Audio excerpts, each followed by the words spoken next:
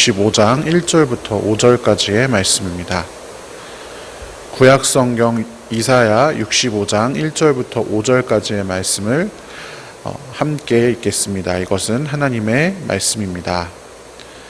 나는 나를 구하지 아니하던 자에게 물음을 받았으며 나를 찾지 아니하던 자에게 찾아냄이 되었으며 내 이름을 부르지 아니하던 나라에 내가 여기 있노라 내가 여기 있노라 하였노라. 내가 종일 손을 펴서 자기 생각을 따라 옳지 않은 길을 걸어가는 패역한 백성들을 불렀나니 곧 동산에서 제사하며 벽돌 위에서 분향하여 내 앞에서 항상 내 노를 일으키는 백성이라. 그들이 무덤 사이에 앉으며 은밀한 처소에서 밤을 지내며 돼지고기를 먹으며 가증한 것들의 국을 그릇에 담으면서 사람에게 이르기를 너는 내 자리에 서 있고 내게 가까이 하지 말라. 나는 너보다 거룩함이라 하나니 이런 자들은 내 코의 연기요 종일 타는 불이로다. 아멘. 네, 오늘은 평화가 오기를 이라는 제목으로 하나님의 말씀을 함께 나누겠습니다. 제가 새벽에 올 때만 해도 비가 오지 않았었는데 비가 굉장히 많이 오는 것 같습니다. 빗소리가 이제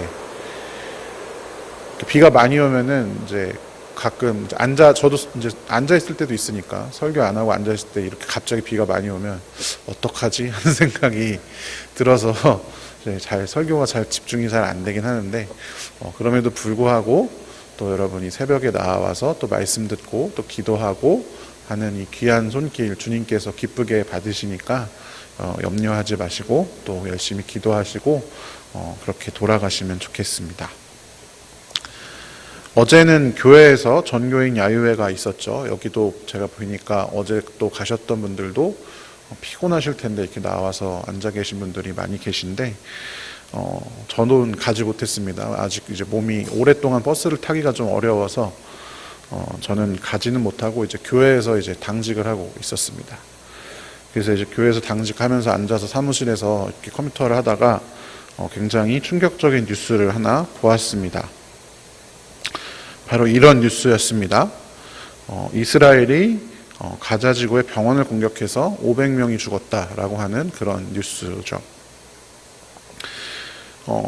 애초에 이 전쟁이 하마스라는 그 무장 단체의 테러로부터 이제 시작이 된 거죠. 이스라엘의 어떤 음악 콘서트 자리를 이제 공격을 해가지고 거기서 민간인들이 엄청 많이 죽고 다치고 그래서 이제 전쟁이 시작되었습니다. 그래서 며칠 이미 지났기 때문에 이 하마스와 이스라엘이 전쟁을 벌이고 있다는 사실을 아마 대부분 알고 계셨을 것이고 저도 알고 있었습니다. 하지만 병원을 공격한다는 것은 전혀 다른 문제입니다.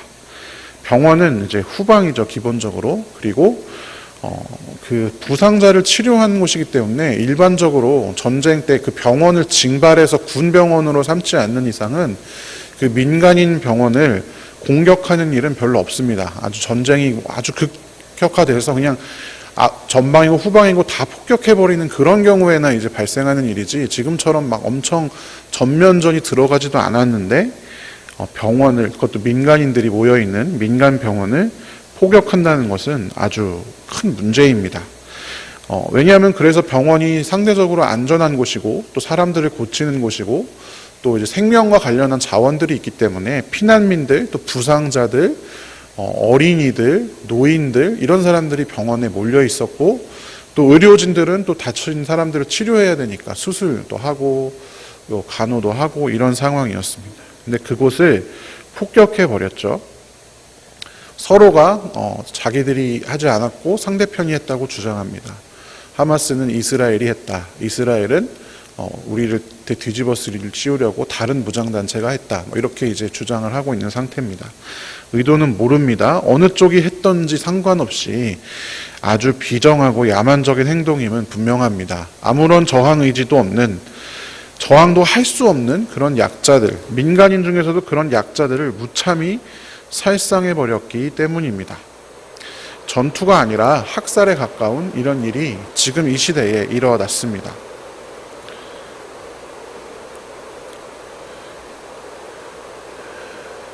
그런데 제가 이 그 뉴스를 보면서 또 굉장히 놀랬던 것은 이제 그것과 관련된 댓글들 중에서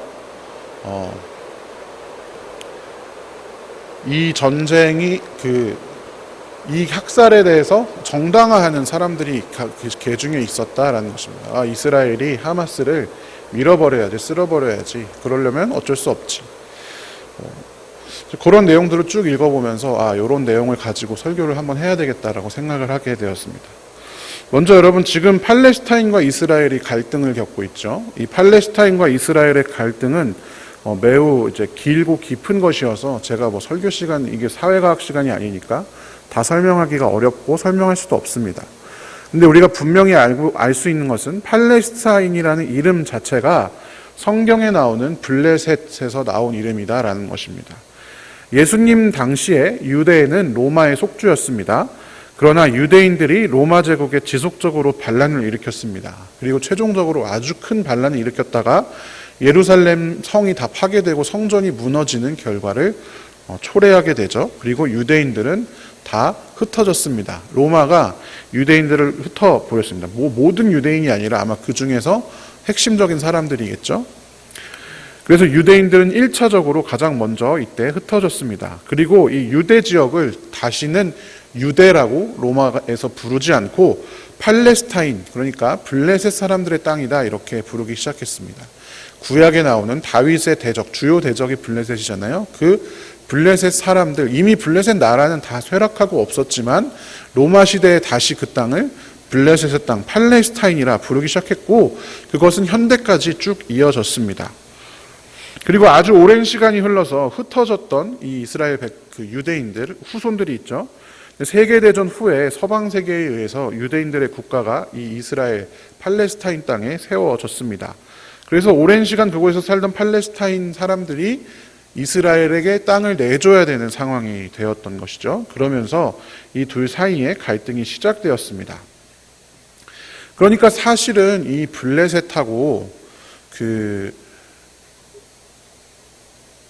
블레셋과 유대, 이것은 성경에 나와 있는 대적이지만 한참 이후에 팔레스타인과 이스라엘은 그 성경에 나와 있는 대적과는 조금 다른 것입니다. 왜냐? 이름만 갖다가 팔레스타인은 쓴 거고 블레셋 나라는 이미 다 멸망해져 있었고 인종도 아주 오랜 시간 지나면서 블레셋 인종이 다 거의 사라져 버렸기 때문입니다. 여러분 뉴스에 보시면 지금 이 분쟁의 원인이 가자지구라는 곳에서 일어난다는 것을 알 수가 있죠. 근데 이 가자지구라는 명칭 이름도 블레셋의 성읍 이름입니다.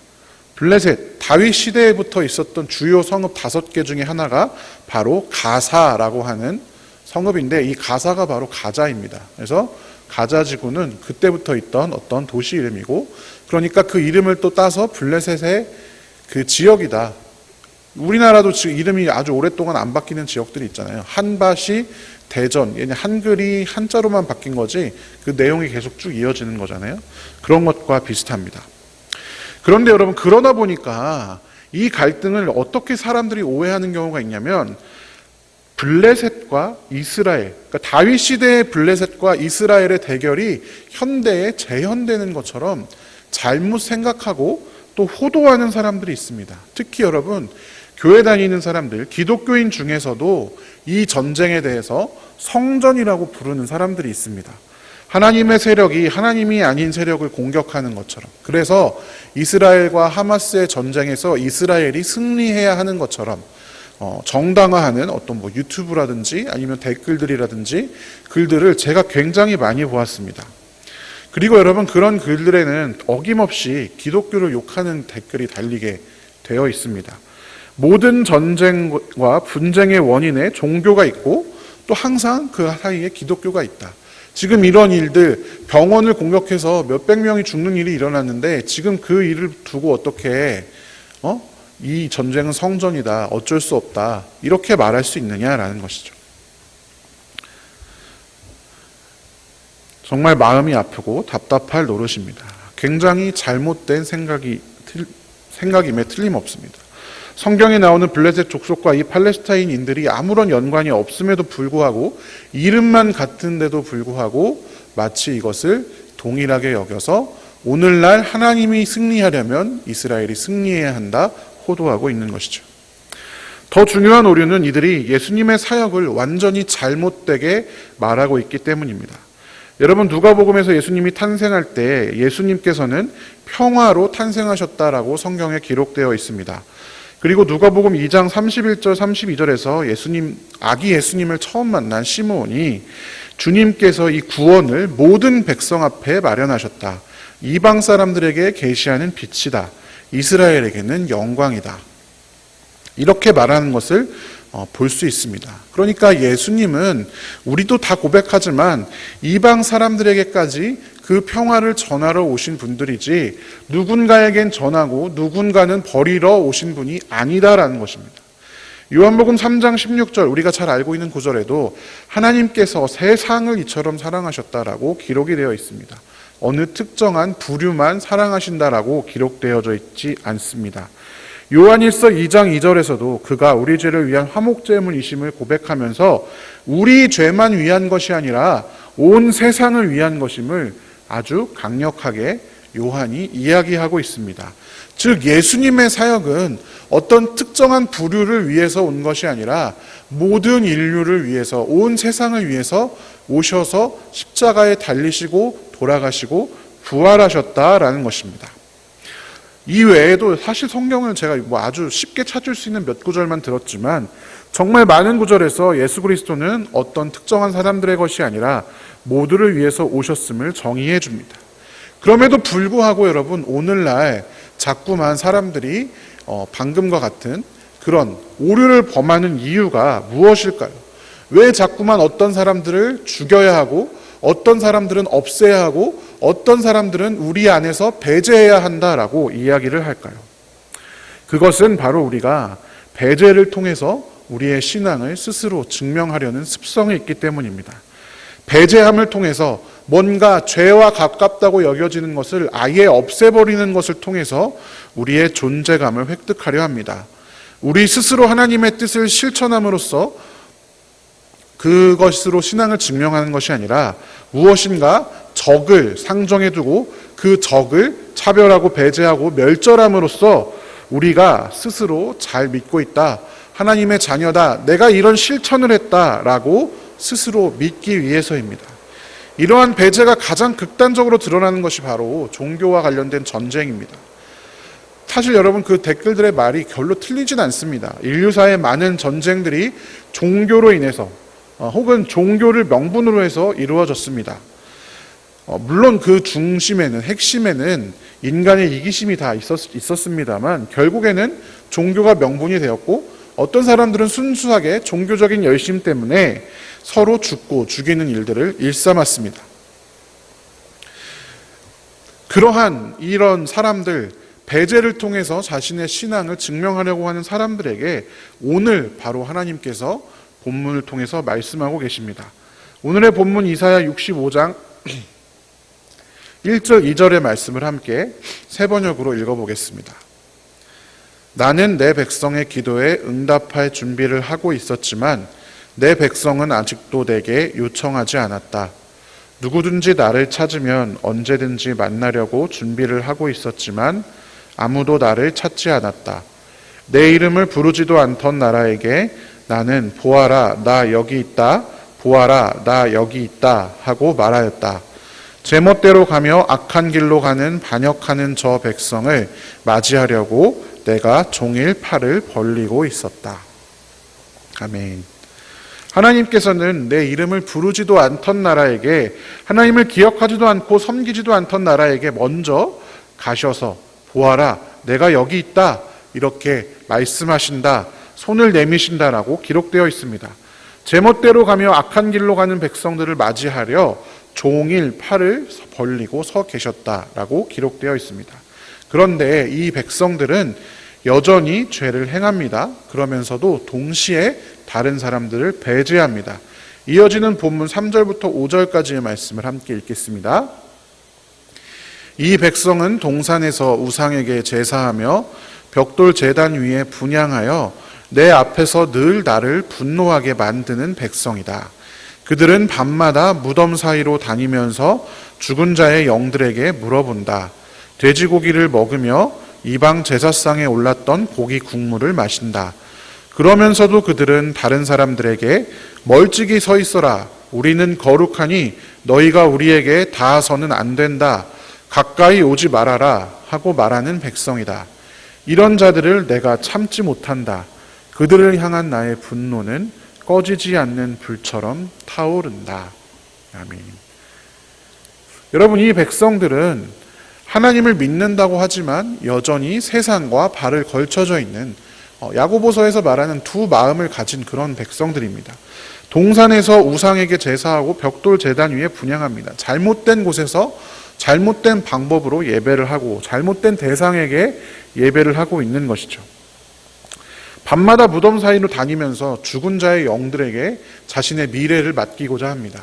자신의 미래를, 쉽게 말하면 자신의 미래를 자기가 통제하기 위해서 미래가 어떻게 될 것인지 물어보는 거죠. 하나님께 의지하지 않는 자들입니다. 돼지고기를 먹는다, 이방 제사상에 올랐던 고기 국물을 마신다, 이런 거는 현대에 통용되는 말은 아니고 이때 당시에 율법을 어기는 그런 행동이죠. 그러니까 쉽게 말하면 사람들, 일반 밖에 있는 사람들이랑 크게 다를 것 없이 그들의 일상을 살펴보면 하나님을 믿는 자로서의 흔적을 전혀 찾아볼 수 없음에도 불구하고 하나님 앞에만 나오면 다른 사람들, 하나님을 믿지 않는 또 다른 사람들, 자기와 다른 사람들에게 어떻게 이야기하느냐. 멀찍이 서 있어라. 우리는 거룩한 백성이다. 너희 이방인들아, 우리 안에 섞이려 하지 말아라. 니네가 우리에게 닿으면 니네 죄가 우리한테 옮겨오잖아. 가까이 오지 마. 이렇게 이야기하는 거죠.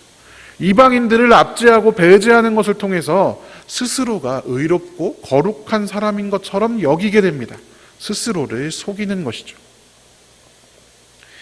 이러한 백성들, 이스라엘 백성들을 향해서 하나님께서 이런 자들을 내가 참지 못한다. 그들을 향한 분노가 꺼지지 않는다라고까지 말씀하고 계신 것입니다. 로마서 12장 21절에는 악에게 지지 말고 선으로 악을 이기십시오라고 권면하고 있습니다. 악을 이기는 유일한 방법은 우리가 선을 행하는 것입니다. 적극적으로 선을 행하는 것이지 악이 될 만한 것들을 내 삶에서 배제하는 것으로는 결코 선을 이룰 수 없습니다. 우리가 지난 월요일에 살펴봤던 야고보서 4장 7절에도 똑같은 말을 하고 있습니다. 마귀를 대항하여 굳게 서는 것은 다른 방법이 아니라 하나님 앞에 낮추는 것, 하나님 앞에 순복하는 것, 하나님을 가까이 하는 것임을 우리가 지난 야고보서에서 살펴보았습니다. 나의 교만한 뜻이나 무지하고 무능한 고집이 아니라 나를 통한 하나님의 권세로 마귀를 대적하는 것이지 내가 그들을 배제하고 대적함을 통해서 마귀가 대적되는 것이 아니다라는 것입니다. 여러분, 결론적으로 스가랴서에서는 이런 구절이 있습니다. 내가 블레셋의 교만을 꺾겠다 하고 쭉 이야기하면서 그들 가운데서 남은 자들이 내 백성이 되어서 유다와 한 가족처럼 될 것이다. 그리고 쭉 밑에 예수님에 대한 예언이 나오죠. 그는 온순하셔서 나귀 곧 나귀 새끼인 어린 나귀를 타고 오신다. 그런데 그 나귀 새끼를 타고 오시는 예수님은 이방 민족들에게 평화를 선포할 것이다. 그의 다스림이 이 바다에서 저 바다까지 유프라테스 강에서 땅 끝까지 이를 것이다. 아멘. 이것이 여러분 스가랴 선지자가 예수님에 대해 예언하면서 쭉 설명한 것입니다. 지금의 팔레스타인은 물론 여기 계신 분들은 그렇게 생각하는 분들이 없겠지만 쳐부숴야 할 대적이 아닙니다. 오늘날에도 멸절해야 할 블레셋의 후손이 아닙니다. 유다와 한 가족처럼 된 사람들, 예수님의 탄생 이후에 이방 민족들에게까지 선포된 평화의 수혜자가 되어야 할 자들입니다. 그런데 여러분, 오늘도 그들은 고통받고 있습니다. 저도 그렇고 사실 대부분이 이러한 비극적인 뉴스를 보면서도 남의 일처럼 느낄 때가 많습니다. 그렇기 때문에 별로 기도하지 않습니다. 저도 그랬습니다. 그런데 오늘은 제가 이 새벽 기도에 나오신 분들께 부탁을 드리고자 합니다.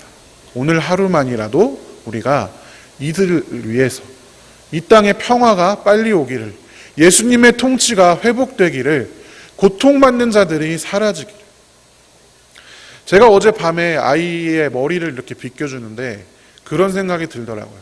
이렇게 머리 빗겨가면서 키운 아이가 어느 날 갑자기 병원 갔다가 죽는다면 얼마나 마음이 아플까? 얼마나 그게 인생이 덧없을까? 그런 생각을 하면서 그 뉴스의 아픔이 굉장히 마음에 많이 와닿더라고요. 그런 일들이 반복되지 않도록 여러분 기도해 주셨으면 좋겠습니다. 일단 여기 나온 분들은 기도하는 분들이잖아요. 물론 여기 안 나오셔도 다 기도하십니다만은 여기 같이 합심하여 기도하는 기도가 능력이 있을 줄로 믿습니다. 우리에게 평화로 오신 예수님, 이방 민족에게까지 평화의 왕으로 오신 예수님의 나라가 이 땅에 이루어지려면 우리가 그들의 평화를 위해서도 기도하여야 합니다. 주님께서 강력하게 인도하시고 개입하셔서 이 일들이 빨리 끝나기를. 하마스와 팔레스타인뿐만 아니라 러시아와 우크라이나에서도 또 아프리카의 내전들, 또 여러 아시아나 여러 지역에 끊기지 않는 그런 전쟁들, 마약 범죄들, 그런 것들 주님께서 임재하셔서 그곳에 평화가 오기를, 그리고 우리가 지금 이 땅에서는 그것을 몸으로 피부로 와닿지는 않지만 우리의 기도로서 그 땅에서는 그것이 일상이 되어서 그것과 싸우는 또 다른 하나님의 자녀들에게 도움과 힘이 될 수 있기를 간절히 축원합니다. 함께 기도하겠습니다. 사랑의 하나님, 감사합니다. 우리는 지금 이곳에서 평화를 누리고 있습니다. 어떻게 보면 우리의 지금 현재 가장 큰 고민은 돈 문제일 수도 있고 건강의 문제일 수도 있고 그더더도 아니면 비가 많이 와서 집에 어떻게 가나 일 수도 있습니다. 그러나 당장 내일 어떻게 죽을지 몰라 고통받고 두려움에 떠는 사람들이 이 지구상에 존재합니다. 주님, 우리가 오늘의 일상은 우리의 일상은 살겠지만 지금 이 시간만이라도 그들을 위하여 기도합니다. 러시아와 우크라이나에서 또 이스라엘과 팔레스타인 땅에서, 특별히 예수님의 흔적이 곳곳에 새겨져 있는 그 땅에서, 그리고 아프리카의 여러 곳에서, 남미의 여러 곳에서 끊기지 않는 전쟁으로 고통받는 영혼들, 생존을 위해 분투하는 그들을 주님 위하여 이 시간 기도합니다. 기억하여 주시옵소서. 주님, 그곳에 임재하여 주시옵소서. 평화가 영구적으로 회복될 수 있도록 인도하여 주시옵소서. 인간의 욕심들, 인간의 분노들, 인간의 마음들 내려놓고 하나님의 마음으로 하나 되게 하여 주시옵소서. 우리가 이 시간 또 생각날 때에 가끔 그 땅을 향해 기도할 때 주님, 우리의 기도가 땅에 떨어지지 않게 하시고 모두 그 땅 가운데 이루어 주시옵소서. 하나님, 우리가 그곳을 위해 기도할 때 우리의 기도 제목들이 우선순위에 밀린다 할지라도 하나님께서 우리의 필요와 우리의 기도 제목들 다 아시오니 그 또한 주님께서 함께 연락하여 주시고 우리의 삶의 주의 뜻대로 이루어 주시옵소서. 감사드리며 살아계신 예수 그리스도의 이름으로 기도드리옵나이다. 아멘.